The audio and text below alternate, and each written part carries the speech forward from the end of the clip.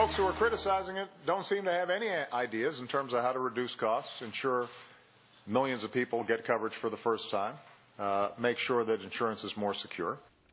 All right, now that was President Obama challenging Republicans to come up with their own ideas to fix health care, a challenge Republicans say they are glad to take. In a letter to Mr. Obama, 34 House Republicans say, quote, since the inception of the Affordable Care Act in 2010, many of us have offered countless alternative health care reform proposals.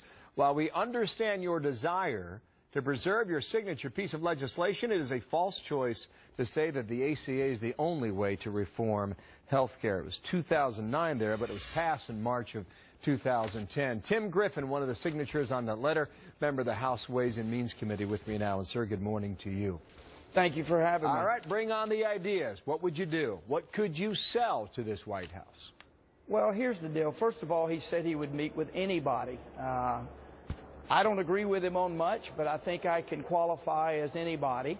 But the question is, why does the president want to keep doing things the old way, the old top-down, Washington knows best, one-size-fits-all approach where people in D.C. pick a couple of agencies like HHS and IRS and say, hey, that's the answer to the problem. That's the answer to the few folks that we've got to get insurance. We've seen that that approach does not work. In fact, it's a disaster. And what we say is, look, it's not a choice between Obamacare or nothing. There are a whole host of ideas that we have that will focus on a bottom-up solution, meaning the patient and the doctor make choices about health care. Let me give you some examples. First of all, let's expand the role of health savings accounts so that people can save tax-free and make decisions about their health care and use that money for that. Let's have competition across state lines where insurance companies have to compete. So if you're in Arkansas, you don't have 4 providers to choose from or whatever. You may see a plan in Oregon or some other state, Ohio, that you want, and you have the ability to get that. And we can deal with the high-risk folks, the people that have pre-existing conditions.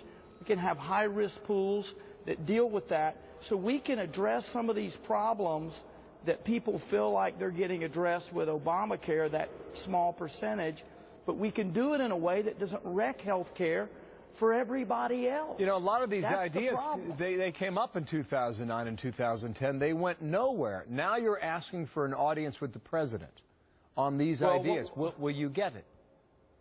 Well, we're going to keep pushing. Like I said, I think I qualify as at least anybody. But here's the thing.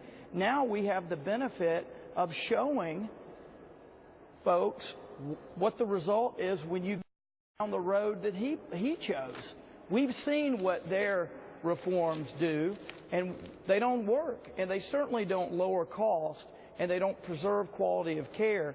And I tell you, Bill, there are a lot of people who like the insurance plan they had. They like the amount that it cost them.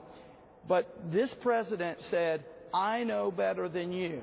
I'm going to tell you which insurance plans you need and that you can have.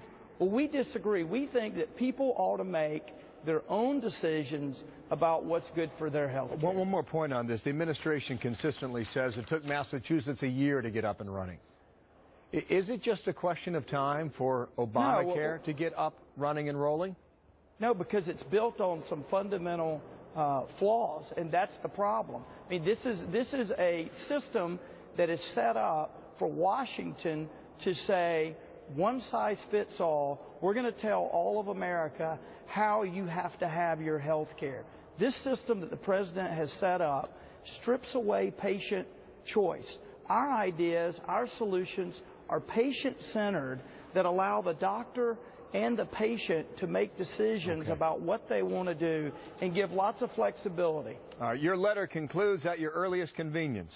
That's the message to the president. We will see when that happens. Tim Griffin, you'll be one of the first to know. Right on. Thank you.